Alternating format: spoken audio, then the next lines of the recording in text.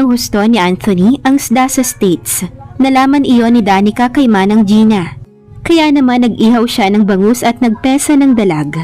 Gumawa rin siya ng special sauce para sa inihaw at nagtimpla siya ng suka at paminta para sa pipino. Nagluto rin siya ng arroz valenciana na isda at pusitang inilahok niya. Pagkatapos magluto ay naisip niyang ayusin ang silid ni Anthony para mailipat niya ang mga gamit niya roon. Pero bigla siyang may naalala habang naglilipat. Kapag nagkasama sila ni Anthony sa iisang silid, tiyak na may mangyayari sa kanila dahil igigiit nito ang karapatan sa kanya. At kapag nagkaganoon, malalaman nito ang totoo. Iyon ang hindi niya naisip. God, bakit nga ba hindi ko naisip yun? Tiyak na magagalit siya kapag nalaman niyang pabagsak siyang naupo sa kama. May malaki pala siyang problema. Ngunit pagsisihan man niya ang ginawa niyang kasinungalingan, paano pa niyang babaguhin o itatama iyon? Hapon na nang dumating ang mag-amang Edwin at Anthony. Agad ininit ni Danica ang mga niluto niya. Ngunit nakita niyang nagtuloy na sa itaas ang binata. Nagpasya siyang dalhan na lamang ito ng pagkain sa silid. Bakit nag-abala ka pa? Kumain na kami ni Papa sa plantasyon. Malamig nitong sabi nang pumasok siya, dala ang tray ng pagkain inihanda niya. Saglit siyang hindi nakapagsalita, pero hindi siya nagpakita ng disappointment. Sayang, masarap pa naman ang ginawa kong sauce para sa inihaw na bangus. Nakangiti pa niyang sabi. Pero hindi ko na ito ilalabas. In case na type mong tikman ang niluto ko o magutom ka ulit, nakahanda na ito. Thanks. Anito habang kumukuha ng damit pambahay mula sa closet. Thanks. Kahit papaano, pinalis na iyon ang pagdaramdam niya. Hindi man kinain ni Anthony ang niluto niya, at least pinasalamatan nito ang effort niyang ipagluto ito. At mukhang nakakasilip na siya ng pag-asang matututuhan din siya nitong mahalin. Halos magtatalon si Danica sa tuwa nang makita niyang binawasan ni Anthony ang dinala niyang pagkain. Ang ganda ng pagkakangiti niya habang inilalabas ang tray mula sa silid nito. Kasalukuyan nitong nasa study room. Magaan ang pakiramdam niya nang magsalo-salo sila sa dinner. Balak mo pa rin bang ituloy ang novelty store mo, Danica? Usisa ng biyanan niya sa kanya. Sana, Papa Edwin, pero hindi ko naman ibibigay ang full-time ko roon. Kung kailangan ni Anthony ang tulong ko sa plantation, tutulong ako. Saka ngayong may asawa na ako, priority ko na yun. I won't demand your time, don't worry. Maagap na sagot ni Anthony. Do whatever you want to do. I'll do my own business. Napalunok siya sa narinig. Para na rin itong sinabi na wala pa rin silang pakialamanan sa isa't isa kahit nakasal na sila. Ngunit sa halip na ipakita ang pagdaramdam, itinago niya ang sentimiento. Hindi siya dapat maging balat sibuyas. Alam niyang napilitan lamang si Anthony na pakasalan siya, kaya dapat lang na maging patient and understanding siya.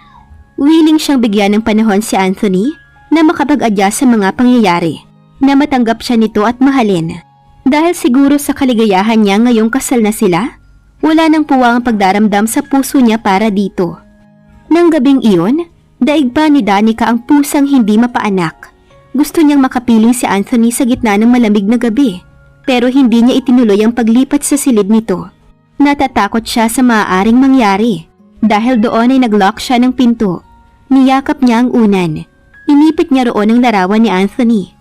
Ginamit niya ang kumot na nakabalot sa katawan nito. Noong gabing nagkamali itong pumasok sa silid niya. Nagsisimula na siyang dalawin ng antok nang may marinig siyang mga yabag na papalapit sa silid niya. Kinutuban siya. Baka si Anthony.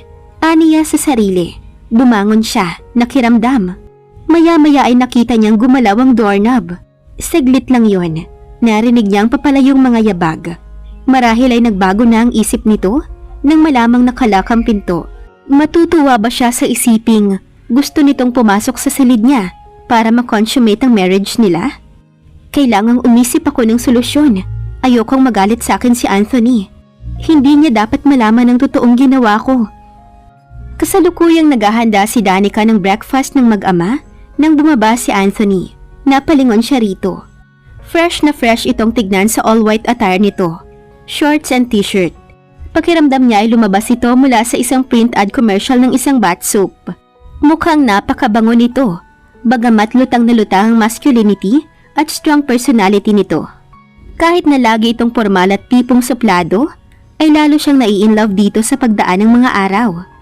Agad niyang binawi ang tingin. Hindi niya magawang salubungin ang matiim nitong titig sa kanya. Napakiramdam niya ay nanunumbat. O paranoid lang siya dahil sinasalakay siya ng guilt. Hindi ka ba sasama sa plantation, Iha? Tanong ng kanyang Papa Edwin habang nag-aalmusal sila sa porch. Gusto ko ho sanang sumama pero aasikasuhin ko po ang pagpapagawa ng store ko. Sinabi niya iyon nang hindi nakatingin kay Anthony. Bagamat nasilip niya mula sa sulok ng kanyang mga mata na nakatitig ito sa kanya. Well, ikaw ang bahala. Pakli ng kanyang biyanan. Siguro kapag natapos nang i-familiarize ni Anthony ang pasikot-sikot sa plantation, ay matutulungan kanya sa business mo. Papa, wala akong kahilig-hilig sa business. I don't think I can help her in any way. Mabilis na salag ni Anthony. Alam niya ang intensyon ng kanyang Papa Edwin ay ang magkalapit silang mag-asawa. Ngunit tahasang sumasangga si Anthony. Malaking bagay yung mabigyan mo ng moral support ang asawa mo sa bagong business na itatayo niya, iho. Well, I'll try. Matabang na pakli nito. Hindi na siya nag-angat ng ulo dahil ayaw niyang makita ng mga ito ang pagdaramdam na gumuhit sa kanyang muka. Tanghali na nang maalala niyang may invitation nga pala sila sa kasal ng isang gwapong villa owner, si Peter Cruz, at ng pamosong lawyer na si Valerie San Diego. Siya na lamang ang dumalo para i-represent ang mag-amang De Vera. As usual, dinumog na naman ng maraming bisita ang Villa Island. Malapit nang matapos ang reception sa ginanap na clubhouse. Nang lapitan niya ang bagong kasal, binati niya ang mga ito at inabot ang gift niya. Palabas na siya ng clubhouse nang magkasalubong sila ng humahangos na si Carlo. Late na itong dumating. Napakasimpatiko nito sa suot na gray suit. Iiwas sana siya rito, ngunit huli na. Nakita na siya nito. Tila nagniningning ang mga mata nitong pinagmasdan siya. Isang body-fitting beige light peach ang suot niya. At syempre, fully make-up siya dahil formal ang occasion. I was trying to call you up this past few days habang nasa Manila ako. Sabi nito. Pero hindi mo ko sinasagot. Iniiwasan mo ba ako, Danica? No, of course not. May problema ba? Nagalit ka ba sa mga text messages ko sa'yo lately? Don't worry, I won't go for a text relationship. Kaya lang, mas matapang akong manligaw sa text. Natawa ito, pero siya ay napayuko. Gusto niyang sabihin ditong nagpakasal na siya 3 days ago. Ngunit bago pa niya maibuka ang bibig, ay hawak na siya nito sa siko at iginiya siya papunta sa pinagdarausan ng reception. Sumama na lamang siya rito. Naisip niya, bakit siya magmumukmok sa villa, samantalang wala naman doon si Anthony. Pagkatapos ng reception ay nagpilit pa rin si Carlos na ihatid siya sa harap ng villa ng mga De Vera. Eksaktong pababa na siya ng kotse nito, nagulat siya nang makita si Anthony na nasa porch. Bago pa siya makaiwas, nakaalalay na sa siko niya si Carlos sa paglabas niya mula sa kotse nito. Kumunot ang noo at nagdilim ang mukha ni Anthony. Saka ito nagmamadaling umalis sa kinatatayuan at pumasok sa loob ng bahay. Imposible namang nagselos ito nang makitang kasama niya si Carlos. Wika niya sa sarili. Carlos, kanina ko pa nga pala gustong sabihin to sa'yo. Tumigil si Danica sa harap ng gate at tumitig sa katabing binata. Ang ano? I'm married. Nabigla ito base sa pagpapalit ng ekspresyon ng mukha nito. You're married? Are you kidding? No, I'm not. Totoo ang sinasabi ko. I got married last Friday. Agad siya nitong binitawan sa siko. Mataman siya nitong tinitigan. How did it happen? I mean, bakit ang bilis naman yata? Magkasama lang tayo last week sa beach, hindi ba? Ang sabi mo, wala kang boyfriend. Wala nga. But how come? Ang hirap i-explain. Pero yung lalaking nakatayo kanina sa porch, he's my husband. Hindi gustong isipin ni Danica na nasaktan si Carlos. Marahil ay nabigla lang ito. Alam niyang hindi nito gaanong daramdamin iyon. Pagpasok niya sa bahay ay inabutan niyang gumagawa ng tomato juice si Anthony mula sa mga fresh tomatoes at juice maker. Sinulyapan siya nito. Aakyat sana siya pero pinigil siya ng pagsasalita nito. May boyfriend ka pala. Bakit pumayag kang pakasal sa akin? May nahimigan siyang talim sa tanong nito. Hindi ko siya boyfriend. Anong tawag mo sa kanya? Lover? Sarkastikong tanong nito habang lumalapit sa kanya. Bit-bit nito ang baso ng tomato juice. He's just a friend, Anthony. Too good looking for just a friend, ha? Ala Brad Pitt ang porma. Sa tingin niya ay nangaasar ito, pero hindi niya papatulan ng pagpoprovoke nito. Ang gusto niya ay mapalapit sa puso nito ngayong kasal na sila. Ayaw niyang isiping lalo itong dumistansya sa kanya bilang ganti nito sa kasalang napilitan lang ito. Kung importante sa iyo ang dignity mo kaya ka naghabol na pakasalan kita after what happened to us, dapat lalo mong pahalagahan yon ngayong dala mo na ang pangalan ko. Patunayan mo sa akin na you're worth marrying for. Pagkasabi niyon ay tinalikuran na siya nito at umakyat na sa itaas. Naiwan naman siyang natitigilan. Sa tono ng mga salita nito, obvious na sinusumbatan siya nito. Hindi niya na nabilang kung ilang minuto na siyang nasa harap ng dresser at ilang 100 strokes na ang nagawa niya sa shoulder length niyang buhok. Nahulog siya sa malalim na pag-iisip. Gabi na naman, ano kayang ginagawa ni Anthony sa kwarto niya? Wala kaya siyang balak na lumipat dito? She was longing for her husband's touch, for his kiss. Gusto niyang maramdaman kung paano makulong sa mga bisig nito. Nag-alala naman siyang tanggihan nito kung siya ang gagawa ng first move. Bukod doon, natatakot siyang mabuko nito ang lihim niya. Nahiga na lamang siya sa kama. Pinilit niyang makatulog. Malalim na ang gabi nang maalimpungatan si Danica dahil sa nararamdamang mga halik sa punong tenga niya. Akma siyang babangon nang makita niya mula sa liwanag ng night lamp ang mukha ni Anthony. Saglit siyang na-freeze. Iniangat niya ang kanyang kamay at hinawakan ito sa balikat para tiyaking hindi siya nananaginip lang. Nang madama niyang makinis nitong balat, nang malanghap niyang mabangong kulo nito, ang mainit at mabangong hininga nito, natiyak niyang hindi siya nananaginip lang. Naroon si Anthony sa silid niya, sa kama niya, sa tabi niya. Nasa ilalim siya ng kapangyarihang taglay nito. Nasa loob siya ng mga bisig nito. Napapikit siya nang maramdaman ang mga halik nito sa kanyang pisngi, habang ang isang kamay nito ay nasa batok niya. Iniangat nito ang kanyang ulo upang mas madali nitong maabot ng halik ang kanyang mga labi. Saglit siyang nawala sa sarili nang simulan nitong dampian ng halik ang mga labi niyang matagal nang nangangarap na halikan nito. My God, is this for real? Buong puso siyang tumugon sa halik ng asawa, ngunit nang itigil nito ang paghalik sa kanya, parang na magnetong ayaw lumayo ng mga labi niya sa labi nito. Siya ang kumabig sa ulo ni Anthony upang muling magtagpo ang mga labi nila. Tuluyan na niya itong niyakap. Iniarko pa niya ang kanyang katawan upang madama nito ang kanyang katawan na matagal nang naghihintay na angkinin nito. Naglumikot ang mga kamay nito. Humaplos ang mga iyon sa likod niya at sa katawan niya. Halos magkarera ang pulso at heartbeat niya. Dala ng sensation at excitement na dulot ng mga haplos nito. Nawala na ng lugar ang takot at pangamba niyang mabisto ni Anthony ang kasalanan niya rito. Wala na siyang ibang naiisip ng mga sandaling iyon, kundi ang maramdaman ng pagmamahal ng asawa. Pakiramdam niya ay lumulutang siya. Naroon na siya sa pakiramdam na wala ng ibang tao sa mundo, kundi silang dalawa lamang, na hindi siya papayag na may pumutol sa sandaling iyon. Bahagya niya itong itinulak nang bigla siyang may naalala. No, you can't stop me now, Danica. Wika nito sa kamuling kumilos.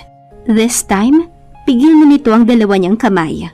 Wala na siyang nagawa sa lakas ni Anthony. Naipilit na nito ang sarili sa kanya. Nang mahirapan, ay sandali itong napatigil. Ngunit ipinagpatuloy rin ito ang ginagawa. This time, mas marahas ito. Tila nagmamadali. Nawala ng emosyon ang ginagawa nito. Matapos siya nitong angkinin, agad itong lumayo sa tabi niya. Umiyak siya dahil sa pinaghalo-halong emosyon. Nagdaramdam siya dahil ang inaasahan niyang passionate na paraan ni Anthony sa pag-angkin sa kanya ay naging walang pagmamahal. Pakiramdam niya ay pinarusahan siya nito. Dahil kaya, natuklasan nito ang totoo. Galit at nagmamadali itong nagbihis. Pagkatapos ay galit siya nitong hinarap. You fooled us.